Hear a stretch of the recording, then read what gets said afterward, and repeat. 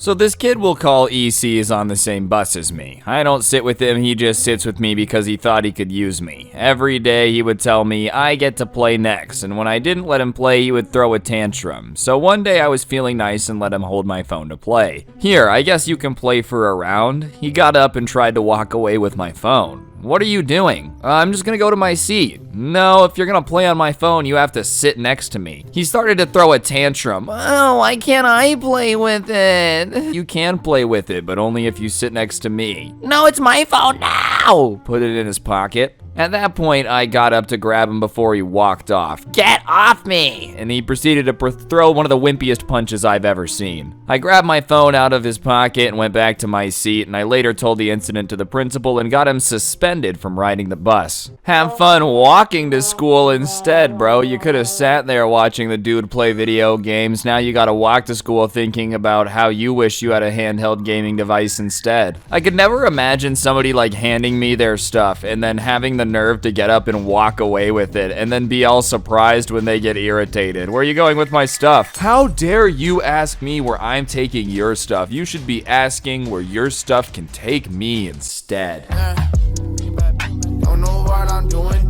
here. Don't know what I'm doing here. What's going on, guys? It's your boy Scrub here, back again with another video. Hope you guys are having a great day. I know I am. Today we're going to be reacting and reading some of these entitled kid stories I ended up finding on Reddit. You guys have really loved the Reddit videos lately. They've been banging, so I figured I would do another one. But, you know, before we get into it, be sure to press the like button and comment spoiled down below, or you're gonna end up like this. And without further ado, let's get into some crazy stories.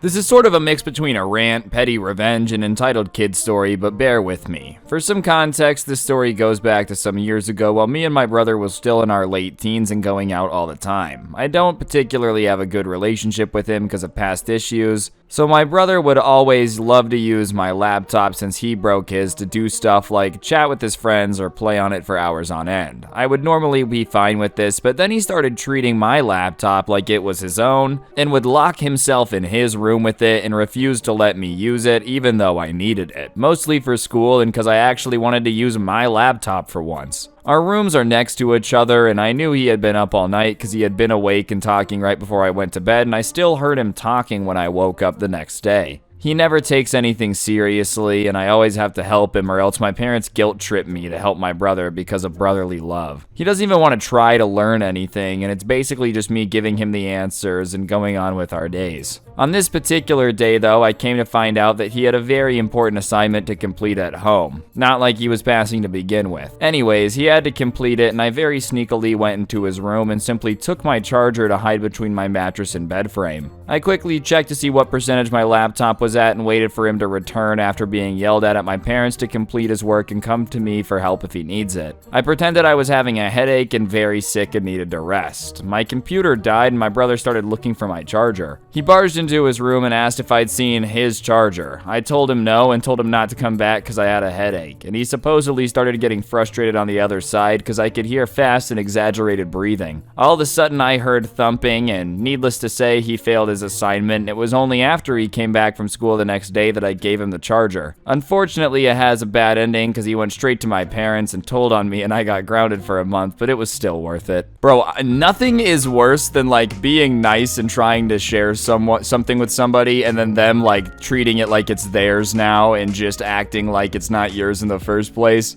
Give me my charger, bro. All right, dog, it's my laptop, and it's funny that you're gonna fail your assignment because I've got my charger. Wild how that works, isn't it? I really don't know if a month of being grounded is a solid trade-off here. You know, I'm not an expert at that anymore. I'm just saying letting your brother fail one assignment and getting grounded for a month doesn't seem like a good trade. But your brother sounds like he sucks. I mean, I'll give you that.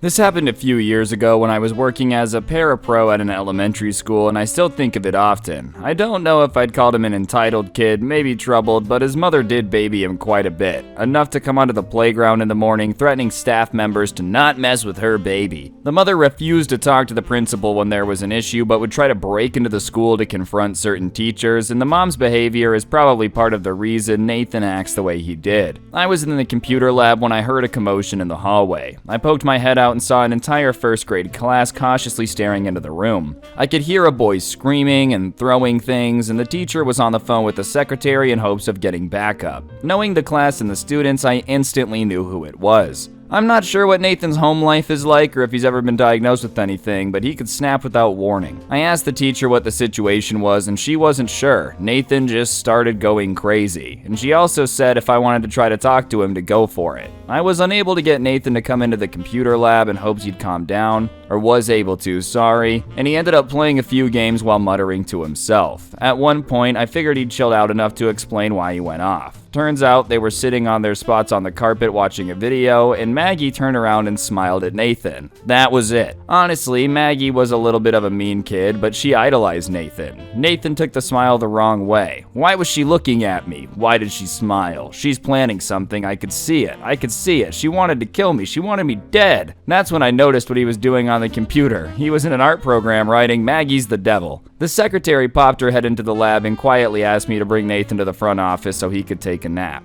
Taking him there started out fine, and Nathan realized as we were getting closer to the principal after we rounded the corner that led to the main office. The principal's a nice dude, but he could exorcise demons with his glare, and he knew we would have to have a chat with the principal soon. He started pulling on my arm, pleading, I want to go back to the lab. I won't cause trouble anymore. He got so violent with tugging on my arm that he ended up injuring my shoulder and back. I did my best to bite my tongue so I wouldn't curse due to the pain, and he started to call me racist, screaming that I hit him, even though he's the one literally grabbing me, that I'm a horrible person, a mix of every insult he could think of. We got close enough to the office that the principal could hear him. The principal shouted his name and he knew it was game over. He let me go slowly but steadily made it to the office without another word. I want to make a note that at no point did I physically touch him to make him go to the office. He was literally grabbing onto me. I also stopped engaging in the chat with him. Once he starts to go off, he will not listen. If anything, he sees it as an opening to negotiate. I found that if I silently walked, he would continue to follow. I would have continued to listen and talk things out, except they didn't want me in the office. There's no surprise that his mom didn't end up coming in, and Nathan was assigned to spend more time with the school counselor. He wrote me a note saying he's sorry about hurting me, and I was surprised when they posted an assignment outside their classroom. It had questions and answers so they could practice their writing, and his answer to his favorite teacher was me. It's been a few years since I quit, and I'm hoping he's doing better and has found some clarity, and I still think back to his daily tantrums, and that's definitely one of his worst meltdowns. Honestly, wherever you're at, Nathan, dude, I hope you're doing good. I hope everything worked out, you know? I just gotta hope that this shoulder injury wasn't permanent. Imagine having your shoulder, like, permanently affected, and every time you go to throw a ball, damn you, Nathan, damn you. Seriously, though, I hope Nathan ended up getting everything worked out, dude. This is why I have no desire to, like, ever be a teacher ever in my entire existence. Kudos to the people that do it. Like, I know society needs it, but I'm not having to, I'm not trying to have to fight crazy kids. I'm just not down.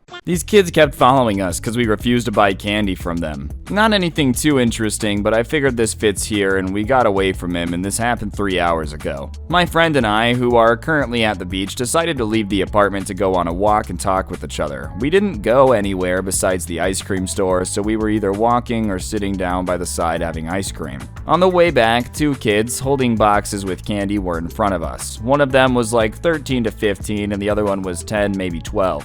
When we passed by them, they asked us if we wanted any candy, but we said no, with my friend saying we didn't have any money. I should probably note that the younger one honestly sounded like he was kind of on drugs when he was talking. I assume he was just making that weird voice cause, well, if he really was only 10 or 12, then it's explanatory. What do you expect from a kid that old? Here's the thing though, even after we refused, they just kept following us, insisting on us buying the candy, saying stuff like, we're not gonna steal from you. Why are you guys so scared of us? The younger one even said he was gonna cut our heads off. I took a look at him to see if he had a knife or anything, but he didn't, at least not on his hands. My friend got so fed up, he just said, you guys do realize that you're following us at this point, right? The older one just gave a smart response saying, we're not following you, we're just going that direction. They didn't seem like they were walking that way when we passed by them until we refused to buy any candy. My friend stopped walking and I did the same, and after that said, alright, if you say so, then keep walking. Fortunately, they did, with us staying still for 2 seconds and then going down another sidewalk sidewalk trying to get away. Do you want to buy my candy bar? No, I'm gonna cut your head off. Dude, I don't understand why you guys are being so weird and acting afraid of us. Like, come on, it's not like we're gonna hurt you or anything. I also feel like if you're like, hey, do you want to buy some candy? And someone says no, and then the first thing you do is go, I'm not gonna steal from you. It's like, I mean, I didn't think you were gonna steal from me. I did just think you were trying to sell me candy, but like, it's super weird that you're trying to convince me you're not stealing from me, so now I think you might. It's like you just meet a guy, you know, Jerry at the barbecue. He's like, hey man, nice to meet you. I didn't kill my ex-wife. Okay, Jerry, I don't know you or your ex-wife, but are you a person of interest by chance? So this is my first post here, so wish me luck, and there might be some spelling errors, so don't get too mad, aight? Let's set the scene. We're in a rec room art contest, which was started by a YouTuber about herself, and it ends and the art gets judged and the results come in.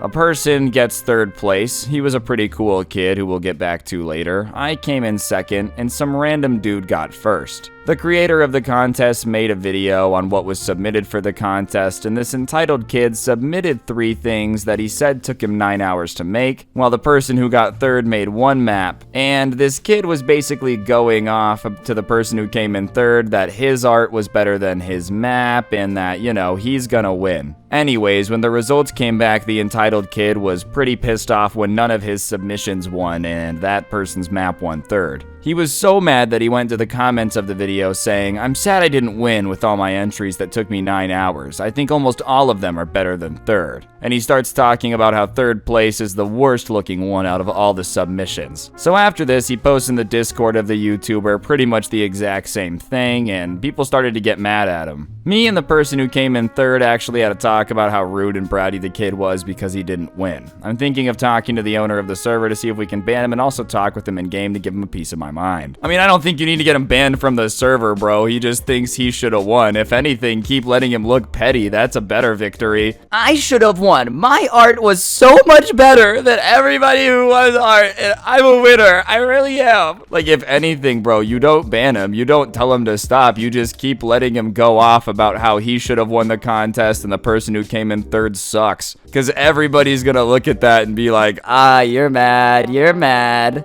Kid starts pushing me and trying to break my arm in a Nerf arena because I shot him. Backstory, it was my sister's birthday and I got bored, so we all went to a nearby Nerf arena to kill some time. There was a kid who was already there, and at first he was pretty neutral. There were a lot of people, not that it matters. Anyways, a lot of people left and it was just me and this kid left, and he started pushing me around, grabbing my gun, literally trying to break my arm and call me an idiot.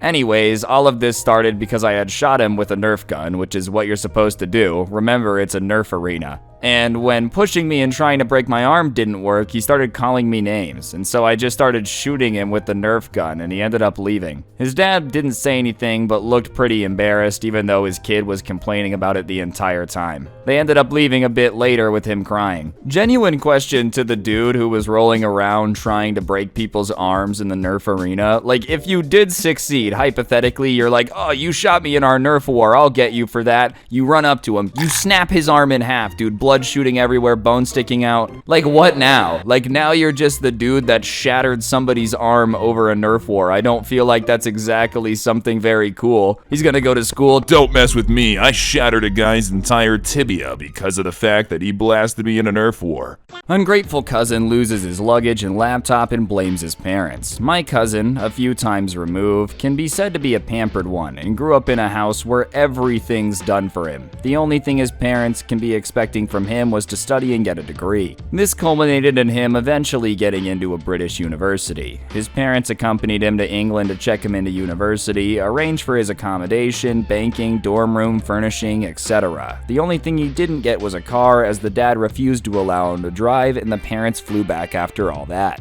At the term end, my cousin had to vacate his rented dorm rooms. The parents flew to London and told him to take a bus to the hotel. The way the story was told to me, my cousin had 2 suitcases and a backpack. In his wisdom, he decided to pack his laptop into the suitcase along with his passport. He went to the bus terminal to catch the express to his parents. Apparently, my cousin approached the bus at the terminal and placed his 2 suitcases next to the bus before boarding and fell asleep. What he should have done was go to the storage side of the bus where the bus driver was waiting and loaded the suitcases himself, with the bus driver ensuring that nobody would steal the luggage. After the journey ended, my cousin realized that his luggage was not there, obviously misplaced or stolen. He wasn't upset, frustrated, or worried. No, he was angry. Angry because his parents didn't pick him up from his dorm, didn't hold his hand and carry his suitcase for him. Angry he had to do all those things himself. He stormed his way to the hotel and instead of being remorseful for losing his luggage and laptop, proceeded to have a meltdown in the hotel lobby, berating his parents for making him lose his laptop and passport